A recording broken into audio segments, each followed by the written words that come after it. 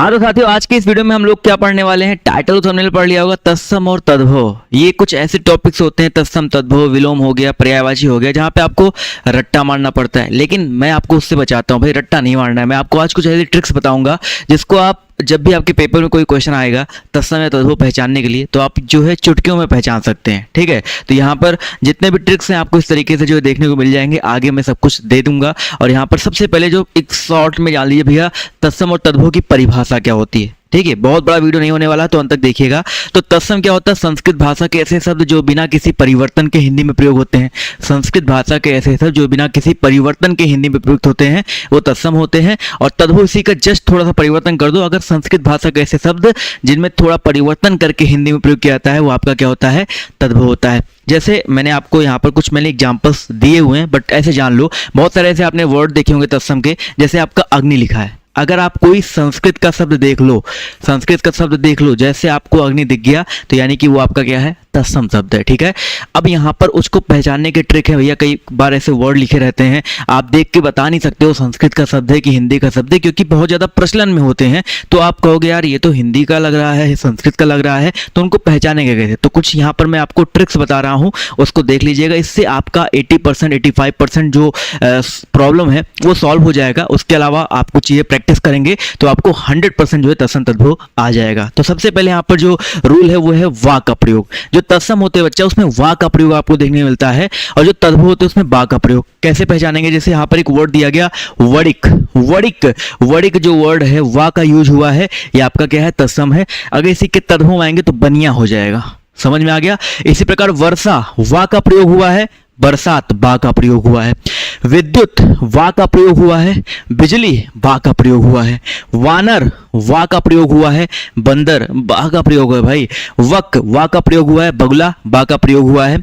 विवाह, ब्याह और आपका वर यात्रा, बारात। तो यहाँ पर कुछ इस तरीके के आप लोग को ट्रिक याद रखना है, और साथ ही साथ उसके तत्सम तद्भव देखते हुए चलना है। और ट्रिक अगर आप याद कर लोगे तो 80% 85% तद्भव तत्सम आपके पेपर में आता है, तो आप 100% करके आओगे। अगला यहाँ पर देखते हैं भैया क्या कह रहा है। ऊपर मैंने सारी परिभाषा लिख रखी है। देखो, हमेशा जो तत्सम होता है ना, उसमें ये वाला शाह, ठीक है, ये वाला शाह जिसमें तालव्य शाह बोलते हैं, एक ये श्रा होता है, श्रा होता है, एक ये वाला शाह जिसको मूर्धन्य शाह बोलते हैं। ठीक है, ये प्रयोग जो है, इनका प्रयोग आपको किस में देखने को मिलेगा, तत्सम शब्दों में देखने को मिलेगा। जैसे शलाका, शत, शिक्षा, शीतल, श्याली। देखो, श्री श्रृंगार, षष्ठी ये वाला सा हो गया, श्रेणी ये वाला शाह हो गया, श्रेणी ये वाला श्रा हो गया, षष्ठी ये वाला शाह हो गया, आपको यहाँ देखने को मिल रहा होगा। अब यहाँ पर अगर इसी के तद्भव में जाते हैं, देखो यहाँ पर ये दंत सा का यूज किया गया है, सा का यूज किया गया, दंत सा का यूज किया गया है, जिसमें आप जब बोलो सा तो आपके जीभ दांतों से टच होते हैं। तो ये देखो शलाका दिया गया है, इसका तद्भव सलाई हो जाएगा।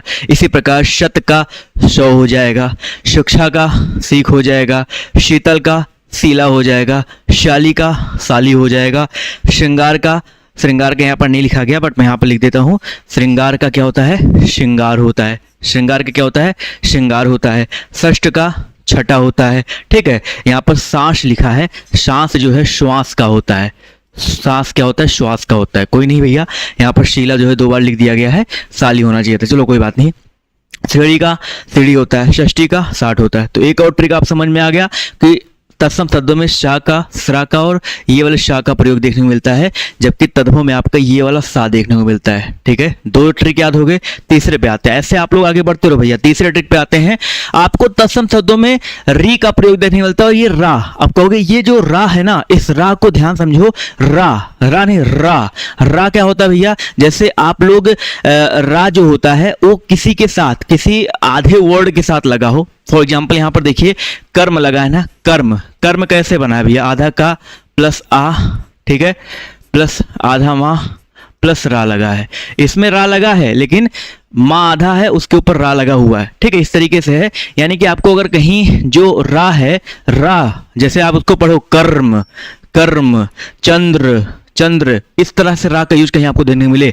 घृत, घृत में तो री लगा है। ठीक है, नक्र, रा का प्रयोग हुआ, रा, रा नहीं रा समझ रहे हो ना। भ्रात जाया, भ्रा, रा, रा यहाँ पर रा नहीं रा है। आप ऐसे ही तो आप उच्चारण करते हो ना, तो ऐसे दिमाग में रखना भैया। रा अगर आपको कहीं दिखे, यानी कि आपको ये वाला रा दिखे जहाँ पर आधे, वो ऐसे आधा रा नहीं होता है, वो पूरा रा होता है, उसके साथ जो वर्ड होता है वो आधा रूप में लगा होता है, बट आप ऐसे आधा समझ लो। कहीं आपको ये रा देखने को मिले और री देखने को मिले, वो आपके तत्सम में आएंगे, ठीक है। जैसे रिक्ष दिया गया, री लगा है ना, तत्सम है, इसका तद्भव रिक्ष हो जाएगा, ठीक है। यहाँ पर नृत्य लिखा है, री, ये वाला जो री देखो यहाँ पर जो ये वाला लगता है इसको री बोलते हैं, री लगा है, ये आपका तत्सम है, इसका तद्भव नाच हो जाएगा। कर्म, कर्म, तो यहाँ पर काम हो जाएगा। चंद्र, चांद हो जाएगा। नक्र, नाक हो जाएगा। घृत, री लगा है, घी हो जाएगा। भ्रात जाया, इसको भी याद कर लेना भाई, कुछ इंपॉर्टेंट यहाँ पर लिखा भी है, भाभी होता है। मृतिका, मिट्टी होता है, समझ गए, 3 ट्रिक हो गया। चौथा भी देख लेते हैं भैया। चौथा क्या भैया आपका यहाँ पर चंद्र बिंदु का प्रयोग। कहीं भी आपको चंद्र बिंदु दिख जाए वो आपका तद्भव है, 100% आपका तद्भव है। जैसे चांद, ठीक है, गेहूं देखो चंद्रबिंदी है, गांव चंद्रबिंदी है, आवा चंद्रबिंदी है, आंवला चंद्रबिंदी है। आंचल, आंचल ऐसे लिखते हो ना भैया, आंचल लिखते हैं ना भैया, आपका क्या है, ये सब चंद्रबिंदी वाले वर्ड हैं, तो ये सब आपके तद्भव होते हैं। इसके तत्सम मैंने यहाँ लिख दिए हैं।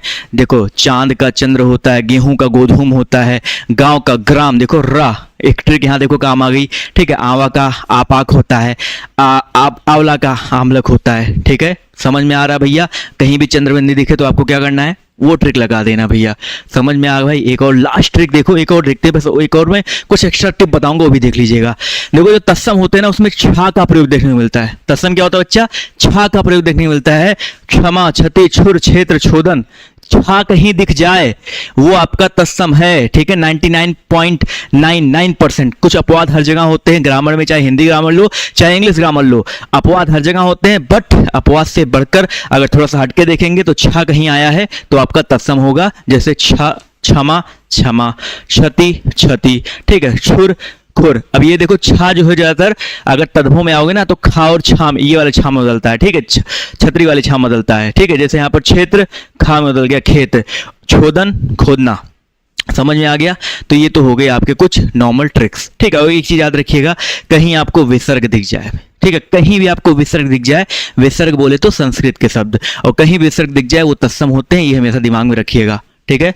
तो बहुत छोटे से वीडियो में मैंने आपको जितनी चीजें आज बताई है, अगर इसको कंठस्थ कर लोगे, ठीक है, इसको कंठस्थ कर लोगे, इतनी चीजें दिमाग में हमेशा रखोगे जो मैंने आपको बताया है, वा का प्रयोग, बा का प्रयोग, जितने प्रयोग बताए एक बार वीडियो को रिपीट करके देख सकते हैं, इतने कंठस्थ कर लीजिए। और मेरे चैनल पर जो प्रैक्टिस चलता रहता है, ठीक है, वो आप करते रहिए, तो तत्सम तद्भव कभी आप कोई भी क्वेश्चन गलत नहीं करोगे। क्लास 8 से लेकर के यूपीएससी लेवल तक जितने भी एग्जाम्स आते हैं, ठीक है, जितने भी एग्जाम्स आते हैं आपका वहां काम आता है। तत्सम तद्भव हर जगह पूछा जाता है, तो आप लोग इसको पढ़ सकते हो, अपने साथियों के साथ शेयर कर सकते हो। वीडियो अच्छा लगा तो वीडियो को लाइक और शेयर करना मत भूलिएगा, ठीक है। तो आज के सेशन को यहीं पर एंड करते हैं। कोई भी आपके सवाल हो, किसी टॉपिक पे आप वीडियो चाहते हो, फटाफट जो नीचे कमेंट बॉक्स में जो है डाल दीजिए। धन्यवाद।